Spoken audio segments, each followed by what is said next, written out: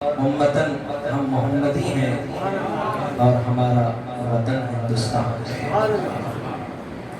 ہم ملت ابراہیمی حضور اقدس صلی اللہ علیہ وسلم کو اللہ تعالیٰ نے کہا ملت ابیکم ابراہیم، کہ تمہارے آبا و اجداد ابراہیم علیہ السلام کی ملت، حضرت ابراہیم علیہ السلام کی پشت سے 24,000 انبیاء پیدا ہوئے، اور یہ انبیاء کے جد امجد ہیں۔ خلیل نے 4 امتحان دیے۔ جتنا آدمی بڑا ہوتا ہے، جتنا آدمی نبی کے قریب ہوتا ہے، آزمائش بھی اتنی ہی ہوا کرتی ہے۔ میرے محبوب مصطفیٰ، نور مصطفیٰ محمد ربی علیہ صلی اللہ علیہ وسلم نے فرمایا کہ بڑا امتحان انبیاء دیتے ہیں، بڑا امتحان انبیاء دیتے ہیں۔ کسی کو آگ میں ڈالا گیا، کسی کے سر پر آرا رکھا گیا، کسی کو کنویں میں ڈالا گیا، کسی کو مچھلی کے پیٹ میں ڈالا گیا، کسی کو جنت سے نکالا گیا، کسی کو دریا عبور کروایا گیا، کسی کو یہودی تختگار پر لے گئے، اور جو بھی انبیاء کے قریب ہوگا، جو رسول کا تابعدار، جانثار، وفادار ہوگا، وہ بھی امتحان دے گا۔ کبھی ابو بکر کو مار پڑ رہی ہے، کبھی بے ہوش ہو رہے ہیں، کبھی خون میں لت پت ہو رہے ہیں، کبھی وطن سے بے وطن، کبھی تن من دھن قربان کر رہے ہیں، کبھی فاروق کے خون سے مسلح رسول رنگین ہو رہا ہے، کبھی عثمان کا محاصرہ، کبھی عمار بن یاسر کو شہید کیا جا رہا ہے۔ یہ سب کچھ نبی کے قریب ہونا ان کے لیے آزمائش اور امتحان بن رہا ہے۔ کبھی بلال کے سینے پر پتھر رکھا جا رہا ہے، کبھی انگاروں پر سلایا جا رہا ہے، کبھی عرب کی تپتی ہوئے ریتیلے زمین پر ننگا لٹا دیا جا رہا ہے، کبھی گلے میں رسی ڈال کر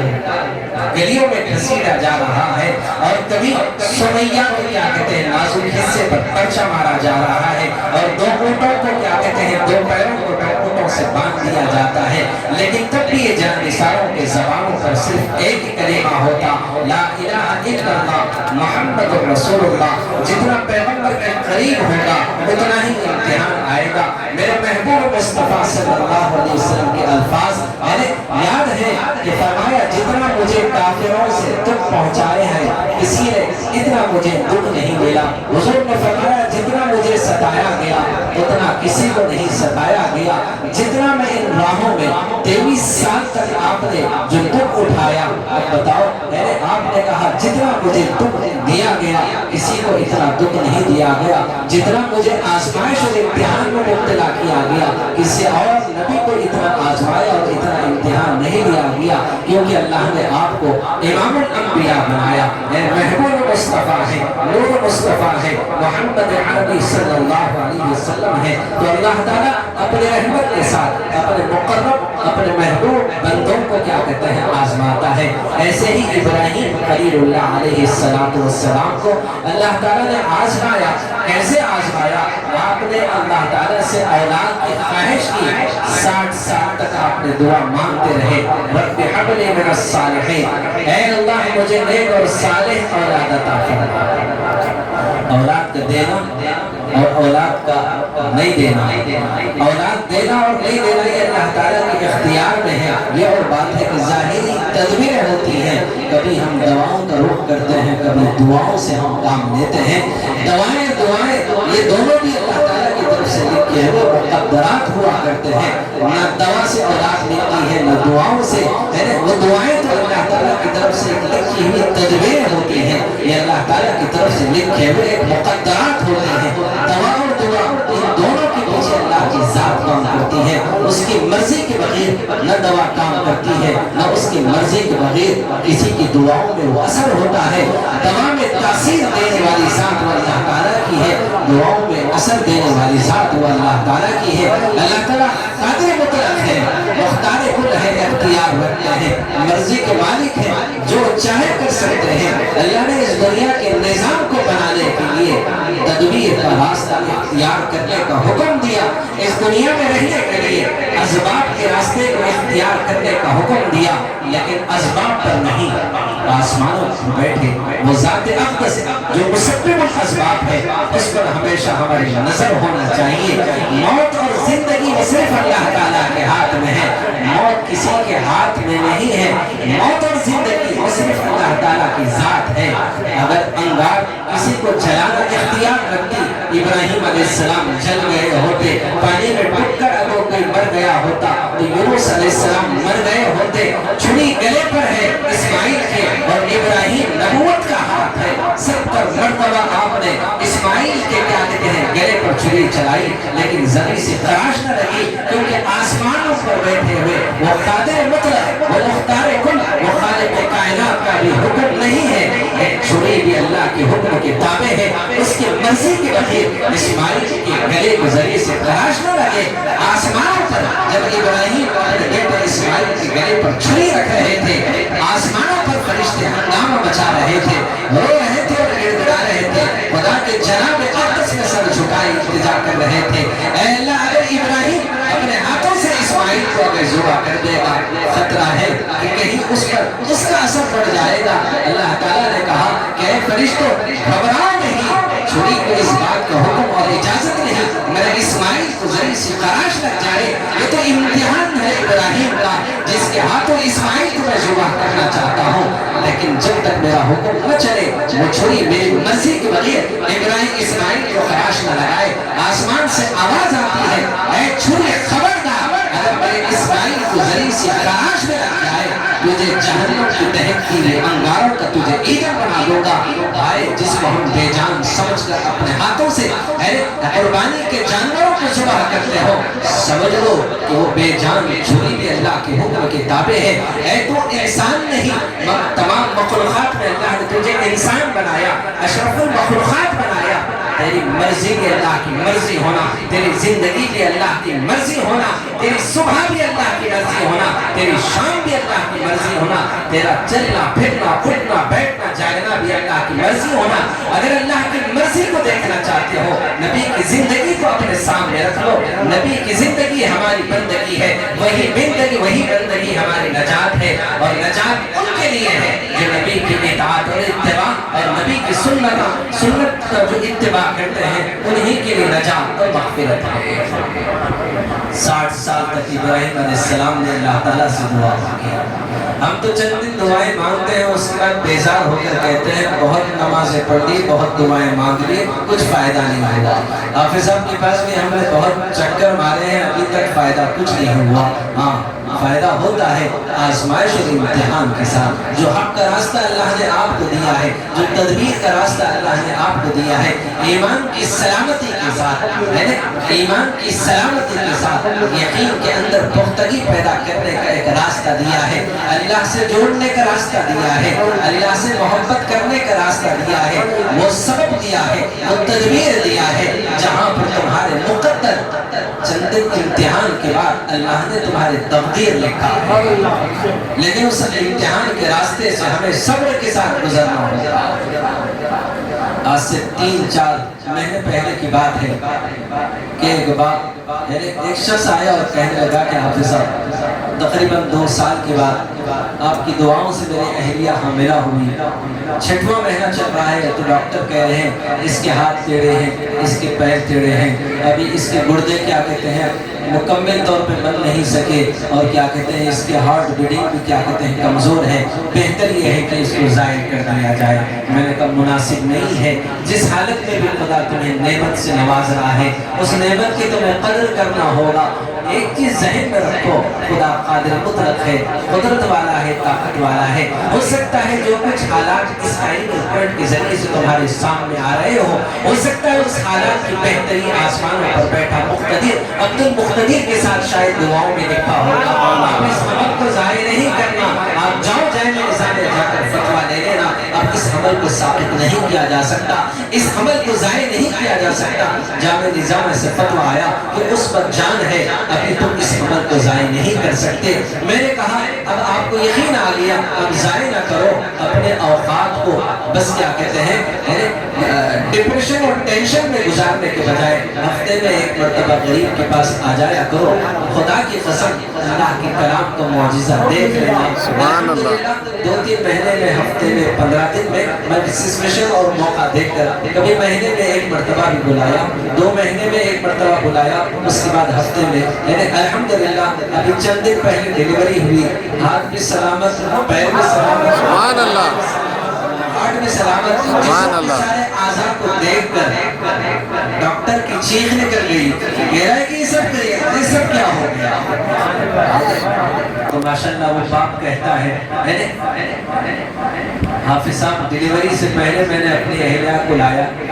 اور وہ بیت ہو کر کپڑا پکڑی، لگتا ہے کہ بچے نے بھی وہ کپڑا اندر سے پکڑا، اللہ نے ہر وہ بیماری سے اسے شفا دی، الحمدللہ مکمل صحت یاب ہے۔ تو میرے ڈاکٹری رپورٹیں اپنی جگہ، مختلف امراض اور بیماریاں تمہارے سامنے رکھتی ہے، لیکن دیکھ لو یہ اللہ کے کلام کا معجزہ ہے، جو 25 سال سے لوگ آ کر یہاں پر اللہ کے کلام کا معجزہ دیکھ رہے ہیں، 1 نہیں 2 نہیں 3 نہیں 100 نہیں 200 نہیں 1000 نہیں لاکھ نہیں لاکھوں کی تعداد ہے جو اللہ کے کلام کا روزانہ صبح سے شام تک مشاہدہ کر رہی ہے، اور اللہ تعالیٰ کے کلام کے ذریعے سے وہ شفا پا رہی ہے، شفا ملی ہے، مل رہی ہے انشاءاللہ تعالیٰ۔ جب تک یہ زندہ ہے شفا ان کو ملتے رہے گی، صرف میرے ساتھ ہی نہیں بلکہ قیامت تک کی میری نسلوں کے لیے میں اللہ سے دعا کرتا ہوں کہ اللہ اس شفا کو میرے نسلوں کے اندر منتقل کرتے رہے۔ ایک نسل سامنے بیٹھی ہے جو اپنے مقتدر سے فیض پا رہی ہے، ان کے بعد آنے والی نسلیں بھی میرے نسلوں سے فیض پاتے رہے، اور ان کی قسمتوں کو اپنے کلام کے ذریعے سے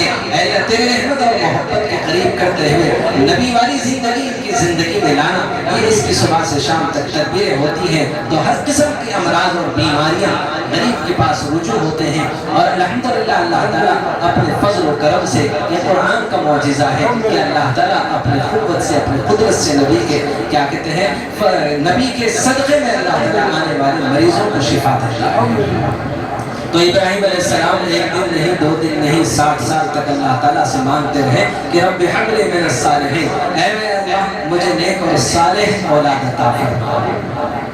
60 سال تک ابراہیم علیہ السلام دعا مانگتے رہے۔ اس وقت ابراہیم علیہ السلام کی عمر قریب 80 سال ہے، 80 سال ہے، بعض روایت میں آتا ہے کہ 100 سال آپ کی عمر تھی اس وقت اسماعیل پیدا ہوئے، آپ کی کل عمر 120 سال ہے یا 124 سال آپ نے عمر پائی ہے۔ بہرحال کیا کہتے ہیں 80 سال ہے یا 100 سال آپ کی عمر ہے، اس وقت آپ کے گھر اسماعیل علیہ السلام پیدا ہوتے ہیں۔ ادھر پیدا ہو کے چند دن ہوتے ہیں، اللہ تعالیٰ بھی ابراہیم کو آزماتے ہیں۔ پہلے تو 60 سال آزمایا، اپنا قرب عطا کیا، اپنی محبت عطا کی، ہر موقع پر آپ کو آزماتا رہا، امتحان لیتے رہے۔ جب اولاد کو 60 سال مانگتے رہے، جب ادھر اولاد ہوئی، چند دن کا بچہ ہے اور چند دن کی زچہ ہے، اللہ کا حکم ہوتا ہے جاؤ اسے صحرا میں لقد میدان میں لے جا کر چھوڑ دینا، اور اپنے بیوی سے کوئی بات نہیں بتانا، بس ہمارا حکم ہے۔ بس اپنے بیوی کو اور اس بچے کو تیار کیے اور چلتے ہیں اس جانب جہاں پر کعبۃ اللہ ہے، وہاں پر کوئی درخت نہیں، وہاں پر کوئی چھپر نہیں، وہاں پر کوئی سایہ نہیں، وہاں رہنے والی کوئی ندیال نہیں، وہاں پر کوئی رشتہ اور کوئی ناطہ نہیں، دور دور تک بس کیا کہتے ہیں صحرا ہی صحرا ہے، کوئی درخت نہیں جس کے سائے میں اپنے زچہ کو اور اپنے معصوم بچے کو چھوڑ آتے ہیں۔ بس اللہ نے حکم دیا اس جگہ چھوڑنے کا جہاں پر کعبۃ اللہ ہے، بس وہاں جاتے ہیں اور اپنے اس بچے کو اور اپنی بیوی کو چھوڑتے ہیں۔ چلو اتنا تسلی دیتے ہیں، ہمت دیتے ہیں، ایسا نہیں ہوتا ہے، بلکہ اللہ نے کہا خاموشی سے چھوڑنا اور خاموشی سے واپس پلٹ کے آنا، کچھ جواب نہیں ہے، خاموش رہنا، کہنا اگر وہ کچھ کہے تو کہہ دینا میں روزے سے ہوں۔ اس زمانے میں روزے میں بات کرنے سے روزہ ٹوٹ جاتا تھا، تو کہنا میں روزے سے ہوں، اشارہ تو دیکھ لو، ایک تو صحرا میں چھوڑ رہے ہیں، چلو کم سے کم کچھ ہمت دے دیے ہوتے، کچھ تسلی دے دیے ہوتے، کچھ بات کر کے کیا کہتے ہیں پیٹ تھپ کے ہوتے، اور پھر دوبارہ ملاقات کی انہیں ایک تسلی دیے ہوتے اور ان سے کہے ہوتے کہ مجھے اللہ کا حکم ملا ہے اس لیے میں یہ عمل کر رہا ہوں، تاکہ انہیں ایک ہمت مل جاتی، انہیں ایک قوت مل جاتی، ان کے اندر ایک توانائی آ جاتی، ان کے اندر ایک طاقت آ جاتی۔ بس اللہ نے کہا لے جا کر چھوڑنا اور خاموشی سے پلٹ جانا۔ اپنے بیوی کو اپنے بچے کو اونٹ پر سوار کیے، اس چٹیل میدان میں لے گئے اور وہاں پر لے جا کر اللہ کے حکم سے چھوڑے اور واپس جاتے ہیں تو پھر ہاجرہ پیچھے دوڑتی ہے اور کہتی ہے کہ ابراہیم آخر کیا ہو گیا تمہیں؟ مجھ سے کون سی خطا ہو گئی؟ کون سا جرم ہو گیا؟ کس بات نے آپ کو مجھ سے ناراض کر دیا ہے؟ آخر کس وجہ سے آپ مجھے تنہا کس کے حوالے اس بچے کو، کس کے حوالے مجھے یہاں چھوڑ کر جا رہے ہو؟ آخر میں نے کوئی خطا کی؟ میں معافی کے طلبگار ہوں، آخر تم ایسا کیوں کر رہے ہو؟ دیکھو جس خدا نے 60 سال کی دعاؤں کے بعد آج تمہیں بچے سے نوازا ہے، کیا تمہیں بچے سے بھی محبت اور پیار نہیں ہو رہی ہے؟ کیا آخر میں سے کیا جرم ہو گیا ہے؟ لیکن وہ کہتی ہے، اب خاموشی کے ساتھ جاتے ہیں، اچانک وہ کہتی ہے کیا آپ کا یہ عمل اللہ کا حکم تھا؟ تو تب آپ نے منڈی ہلایا تو اس وقت بیوی نے کہا ابراہیم اپنی مرضی سے نہیں، یعنی اپنے رب کی مرضی سے مجھے چھوڑ کر جا رہے ہیں۔ تو تب بیوی کہتی ہے ابراہیم اللہ تعالیٰ تمہیں جانے کا حکم جہاں دیا ہے، اللہ تمہیں خیر و عافیت سے اس منزل پر پہنچائے جس منزل پر تم مجھے چھوڑ کر جا رہے ہو۔ فکر نہ کرو، خدا تمہارا بھی محافظ ہے، خدا میرا اور میرا اس بچے کا بھی محافظ، نگہبان اور نگران ہے۔ خودی اپنے طور پر اللہ کی محبت اور اللہ کی معرفت کو پاتی ہے،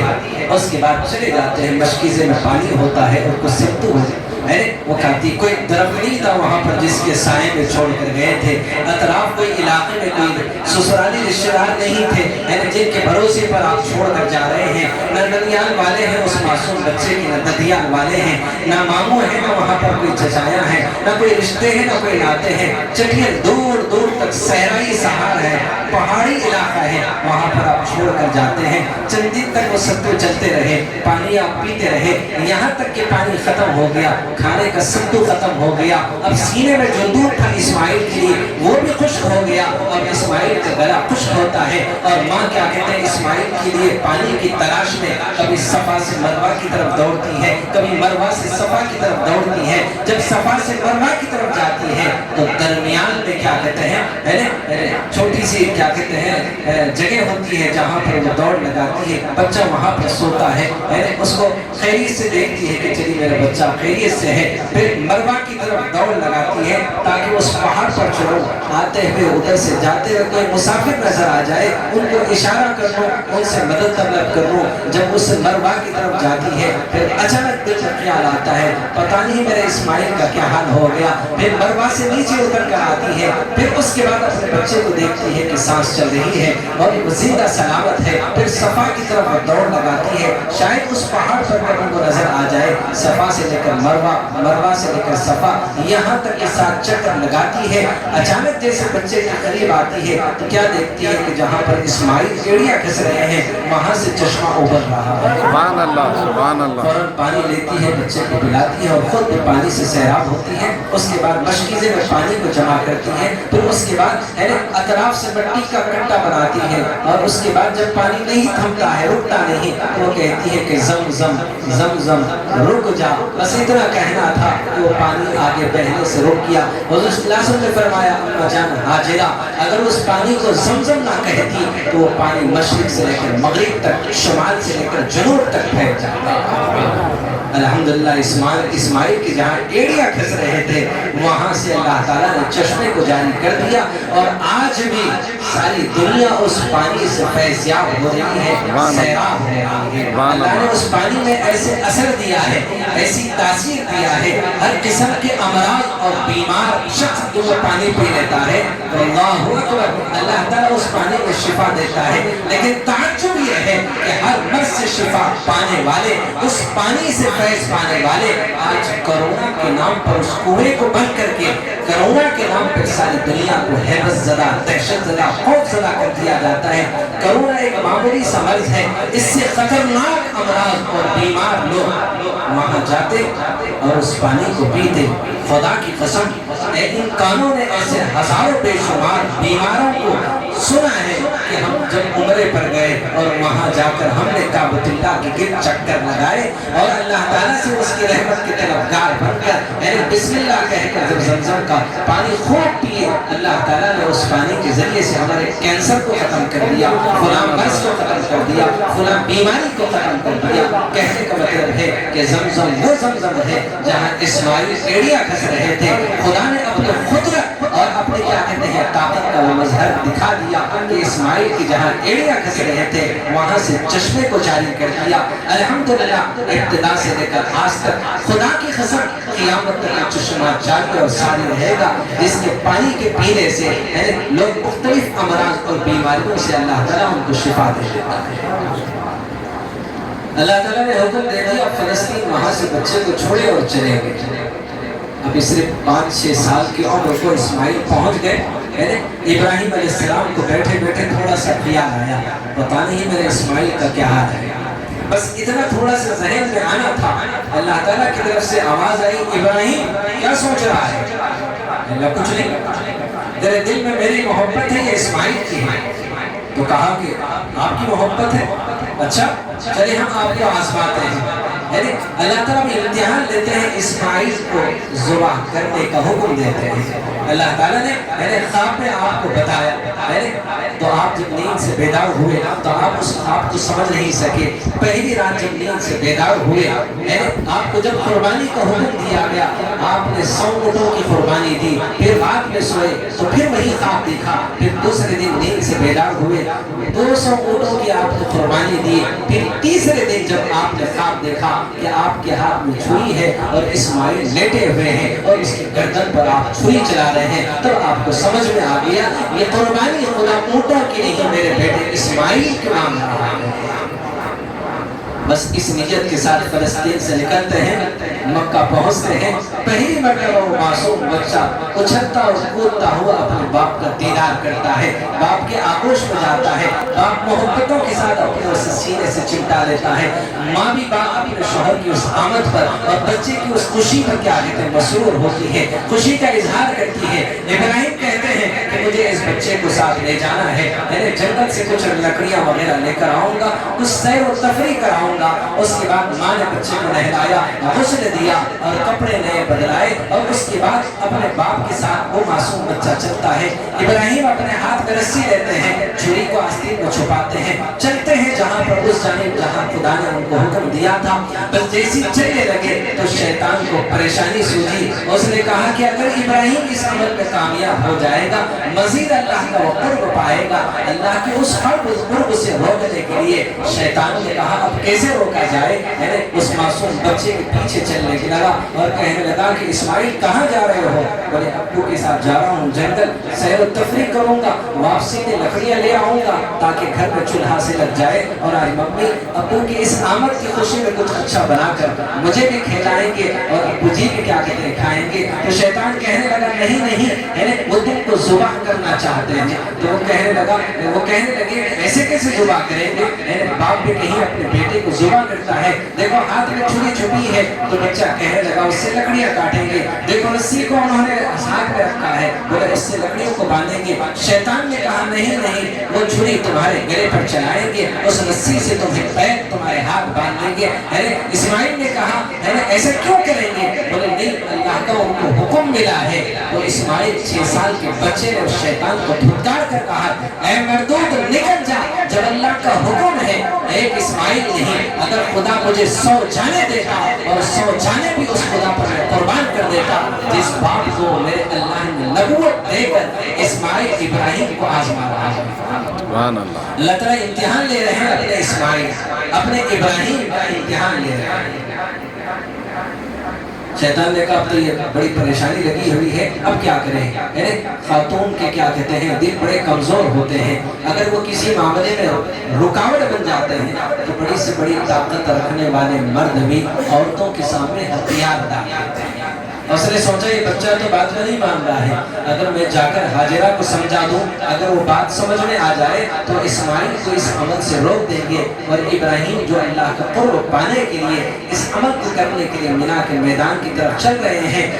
میں حاجرہ کے ذریعے سے ابراہیم کو روکوں گا۔ دروازے کو کیا دستک دیا، حاجرہ نے جب دروازہ کھولا، انسانی شکل میں بوڑھا کھڑا تھا، وہ شیطان تھا، اور آپ سے کہنے لگا کہاں گئے ابراہیم؟ تو میرے بچے کو لے گئے سیر و تفریح کرنے کے لیے، یعنی جنگل سے کہیں کہ لکڑیاں لے آئیں گے، بولے نہیں نہیں، انہوں نے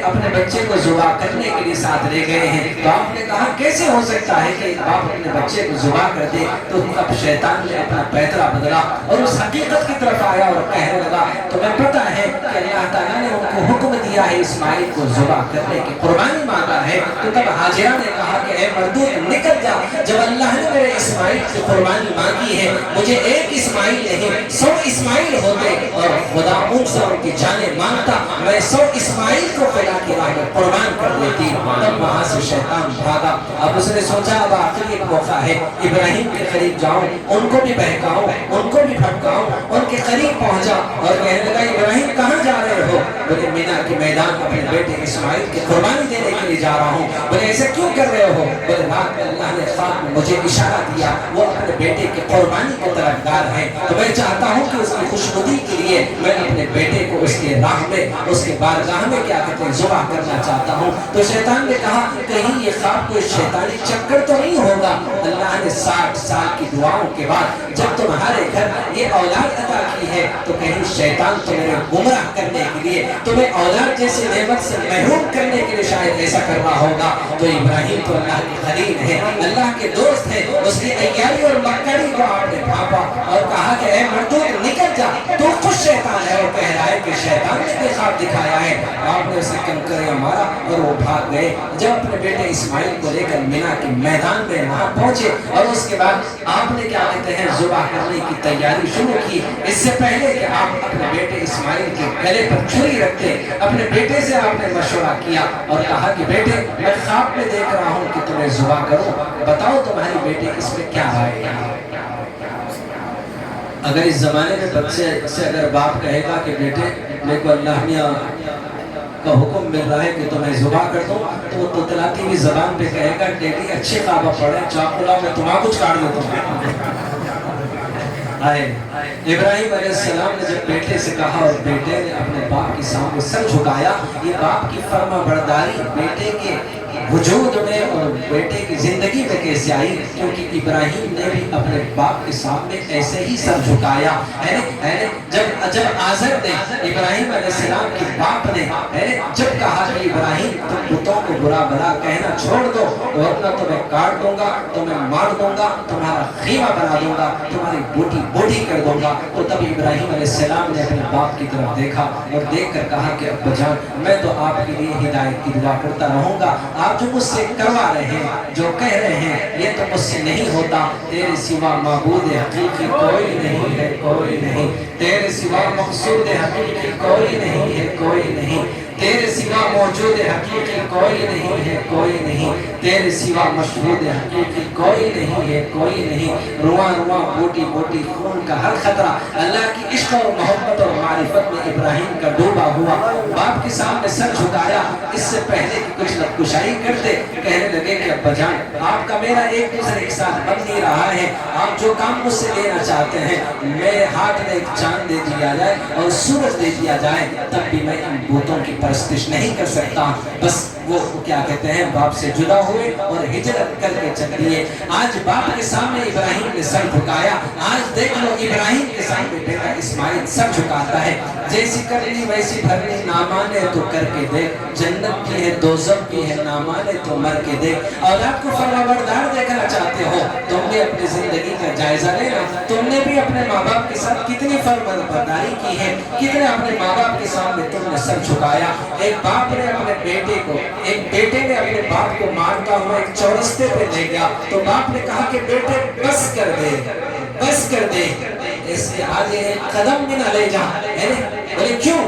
اس لیے کہ میں نے بھی اپنے باپ کو بس اسی چورستے تک مارتے ہوئے لایا تھا۔ بس میرے اندر اتنی برداشت ہے کہ میں نے برداشت کیا ہے، مزید بیٹے نہ مر، کہیں میری جان نہ اکھڑ جائے اور تیری نسل بھی تیری کیا کہتے ہیں سانسوں کو کہیں اکھاڑ نہ دے۔ میرے مرنے کا مجھے غم نہیں، تیرے اوپر جو اس کے آگے ظلم ہوگا بس اس ظلم کو سے مجھے کیا کہتے ہیں کپکپاہٹ ہو رہی ہے، اور میرے اندر ایک خوف طاری ہو رہا ہے کہ اس سے آگے تو مجھے لے جائے گا، اس سے پہلے کہ میرا دم اکھڑے تیری نسلیں بھی اس جگہ لے جا کر تیری سانسوں کو کہیں اکھاڑ نہ دے۔ تو اپنی اولاد کو فرمانبردار دیکھنا چاہتے ہو، اطاعت گزار دیکھنا چاہتے ہو، ماں باپ کے سامنے سر جھکاتے ہوئے ان کو دیکھنا چاہتے ہو، تو پلٹ کر اپنے زندگی کا جائزہ لینا، کتنا ہم نے اپنے ماں باپ کے ساتھ فرمانبرداری کی، کتنا ہم ان کے ساتھ اطاعت کیا، کتنا ہم ان کے حکموں پر چلنے کی کوشش کی ہے۔ اگر ہم نے ایسا نہیں کیا تو پھر یاد رکھو اب ہمارے ساتھ بھی ایسا ہی ہوگا جیسے ہم نے اپنے بڑوں کے ساتھ کیا تھا۔ اگر اپنی نسلوں کو آباد دیکھنا چاہتے ہو تو پھر ہمیں چاہیے کہ اللہ کے احکامات کے پابند بن جائے، نبی کی اطاعت اور اتباع ہماری زندگی کی صبح اور شام بن جائے۔ ابراہیم علیہ السلام مینا کے میدان میں بچے کو لے جاتے ہیں، اللہ اکبر، باپ کی گفتگو اور بیٹے کے جواب کو اللہ نے قرآن کے الفاظ بنا دیا۔ باپ نے کہا فلما بلغ معه السعي قال يا بني اني ارى في المنام اني اذبحك فانظر ماذا ترى۔ باپ نے کہا یا بني اني ارى في المنام اني اذبحك فانظر ماذا ترى، اے میرے بیٹے میں خواب میں دیکھ رہا ہوں کہ تجھے اللہ کے حکم سے ذبح کر رہا ہوں، بتاؤ بیٹے اس معاملے میں تمہاری رائے کیا ہے۔ 6 سال کے بچے سے باپ مشورہ کرتا ہے، تو چند سیکنڈ میں بچہ جواب دیتا ہے یا ابت افعل ما تؤمر ستجدنی انشاءاللہ من الصابرین۔ وہ سوچ کر نہیں بلکہ وہ نور نبوت ایک باپ سے بیٹے کے اندر منتقل ہوتا ہے، اور وہ بے ساختہ 6 سال کا بچہ کہتا ہے اے ابا جان جلدی کرنا، دیر نہ کرنا، آپ جلدی سے اس عمل کو کیا کہتے ہیں پورا کرنا جو اللہ نے تمہیں حکم دیا ہے، انشاءاللہ اگر اللہ نے چاہا تو آپ مجھے صبر کرنے والا پائیں گے۔ باپ نے کہا کہ بیٹے خواب میں دیکھ رہا ہوں تو میں ذبح کرتا ہوں، بیٹا کہتا ہے اللہ کا جو حکم ملا ہے آپ کر گزریے۔ بچہ کہتا ہے حکم، باپ کہتا ہے خواب۔ یہ بچہ حکم کیوں کہہ رہا ہے؟ 6 سال کی عمر میں ماں نے اپنے اس بچے کو اپنے آغوش میں لے کر اپنے گود میں بٹھا کر اپنے بچے کو اتنا سبق پڑھا دیا تھا کہ میرے بیٹے نبی کا خواب بھی اللہ کا حکم ہوا کرتا۔ جو ماؤں کی ذمہ داری تھی اپنے بچوں کو تعلیم و تربیت کی ہے، اس محنت سے انہوں نے اپنے آپ کو چھٹکارا پا لیا، اسکولوں کے حوالے کر دیے، اور ایک بات ہے غلطی ان ماؤں کی نہیں ہے، غلطی ان گھر میں رہنے والے بڑوں کی ہے۔ بتا دیا تھا کہ بیٹے نبی کا خواب بھی اللہ کا حکم ہوا کرتا ہے، تو ماؤں کی ذمہ داری ہے کہ اپنی اولاد کو تعلیم دے، تربیت دے، لیکن ان ماؤں کو اپنی اولاد کو تعلیم و تربیت دینے کا اگر ہم موقع دیں گے، وقت دیں گے تو وہ تعلیم اور تربیت دیں گے۔ ان کو سسرال میں ساس کی، سسرے کی، نندوں کی، دیوروں کی، شوہروں کی خدمت کرنے سے چھٹی ہی نہیں ملتی ہے، تو بتاؤ یہ اپنے اولاد کی کیا تعلیم دیں گے، کیا تربیت دیں گے؟ ساس کی خدمت کرنا، سسرے کی خدمت کرنا، دیوروں کی خدمت کرنا، کیا کہتے ہیں اتنا ہی نہیں، شوہر کی خدمت کرنا بھی اس کے اوپر لازم نہیں ہے۔ شوہر کی ذمہ داری ہے کہ کھانے پینے کا سارا انتظام شوہر کرے، لیکن یہاں کی ہماری خواتین اپنے شوہروں کے لیے سب کچھ صبح سے شام تک مر مٹتی ہے، اتنی قربانیاں دینے کے باوجود بھی نہ انہیں عزت ملتی ہے، نہ انہیں وہ پیار ملتا ہے، نہ انہیں وہ محبت ملتی ہے، نہ ان کو اتنا وقت ملتا ہے کہ وہ اپنی اولاد کو تعلیم و تربیت دے۔ نہ اس کی ذمہ داری ہے کہ شوہر کا سر دبائے، نہ اس کے ذمہ ہے کہ شوہر کے پیر دبائے، نہ اس کے ذمہ ہے کہ آنے کے شوہر کے کپڑے دھوئے، نہ اس کے ذمہ ہے کہ وہ روٹی بنائے، پھر اس کے ذمہ ہے کیا پاکیزہ اولاد کو جنم کر ان کی تعلیم و تربیت کرے، یہ اس کی ذمہ داری ہے۔ ہم اس کو تعلیم و تربیت دینے کا اس کو وقت ہی نہیں دیتے ہیں، صبح سے شام تک نوکرانی کی طرح بس کبھی اس کی خدمت، کبھی اس کی خدمت، کبھی خود کی بھی خدمت میں اس کو اتنا مصروف کرتے ہیں کہ اس کے پاس اتنے لمحے اتنے وقت ہی نہیں ملتا کہ وہ اپنی اولاد کو تعلیم دے سکے، تربیت دے سکے، اچھا انسان انہیں بنا سکے۔ تو ابراہیم علیہ السلام نے اپنے بیٹے کے کیا کہتے ہیں بیٹے سے کہا، تو بیٹے نے کہا کہ ابا جان جو حکم ملا ہے آپ کر گزریے، انشاءاللہ صبر کرنا میرے اختیار میں نہیں ہے، اگر اللہ نے چاہا تو آپ مجھے صبر کرنے والا پائیں گے۔ جہاں پر ہمیں کوئی کام نہیں کرنا ہوتا ہے وہاں پر جب بچے کو ذبح کرنے کے لیے آپ نے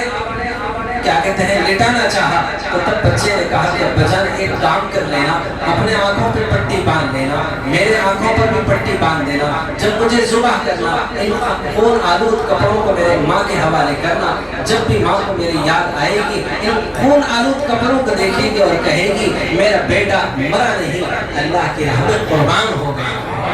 بچہ خود اپنے باپ سے کہتا ہے کہ ابا جان جب مجھے ذبح کرنا میرے پیروں کو رسی سے باندھ دینا، کہیں وہ چھری کی تکلیف میرے پیروں کو حرکت نہ کرے اور یہ میرے پیر کہیں آپ کو لگ نہ جائے۔ بچہ اپنے باپ کا ادب بھی ذبح ہونے سے پہلے دنیا کو سکھا جا رہا ہے۔ دیکھو اپنے باپ کے ساتھ کیسے ادب کرنا چاہیے۔ 6 سال کا بچہ کہتا ہے میرے پیروں کو باندھ دینا، کہیں تکلیف کی وجہ سے میرے پیر آپ کو لگ نہ جائے اور آپ کے شان میں کہیں بے ادبی اور گستاخی نہ ہو جائے، اور مجھے عہدہ لٹا دینا، کہیں ادھر اللہ کا حکم ہو اور ادھر حکم میں کہیں آپ سے دیری نہ ہو جائے، اور کہیں دیری کی وجہ سے اللہ تعالیٰ اس قربانی کو کیا کہتے ہیں انکار نہ کر دے۔ تو بچہ کہتا ہے کہ جلدی کرنا۔ جب اسماعیل کے گلے پر ابراہیم چھری لگاتے ہیں، آسمانوں پر فرشتے روتے ہیں، 2 مرتبہ فرشتے روئے ہیں۔ ایک مرتبہ اس وقت جب اسماعیل کے گلے پر چھری رکھی جا رہی تھی، اور اس وقت جس وقت میرے محبوب مصطفیٰ نور مصطفیٰ محمد عربی صلی اللہ علیہ وسلم کے جسم مبارک پر طائف پر پتھر برس رہے تھے، اس وقت آسمان کے فرشتے رو رہے تھے۔ اللہ تعالیٰ بڑے حکیم ہیں اور حکمت والے ہیں۔ اللہ تعالیٰ اپنے مقرب بندوں کو آزماتے ہیں، امتحان لیتے ہیں۔ ادھر ابراہیم کو آزمایا، اسماعیل کو سلا کر وہاں آزمایا، طائف کے پتھر میرے محبوب پر برستے رہے، آپ خون آلود ہو گئے، آپ کے جسم سے خون بکھرنے لگا، 6 میل تک آپ کے جسم کا خون بکھرتا گیا، اور کیا کہتے ہیں جوتیاں خون سے تر ہو گئی۔ جب جسم سے بے ضابطہ بے اختیار زیادہ خون چلا گیا تو آپ کے اوپر غشی تاری ہو گئی۔ جب بے ہوش ہوئے، ہوش میں آتے ہی آپ نے اپنے رحمت والے ہاتھوں کو اٹھایا اور اٹھا کر کہا اس سے پہلے کہ کہیں خدا کا قہر نازل نہ ہو جائے، زمین پھٹ نہ جائے، سارے قاہر کو کہیں نکل نہ جائے، آسمانوں سے فرشتے اتر جائے اور چیخے مارے کہیں ان کے کلیجے نہ پھٹ جائے۔ یہ ہے میرے محبوب مصطفیٰ کی شان۔ جب ہوش میں آئے تو آپ نے رحمت والے ہاتھوں کو اٹھایا اور کہا کہ خدایا یہ پتھر کا برسنا اگر آپ کی ناراضگی ہے تو آپ مجھے معاف کر دیجئے، اگر یہ امتحان ہے تو اے اللہ اس پر مجھے صبر دے۔ اور اس کے بعد کہا کہ اے اللہ یہ نہیں ان کی نسلیں تو ضرور نہیں مانتے ہیں،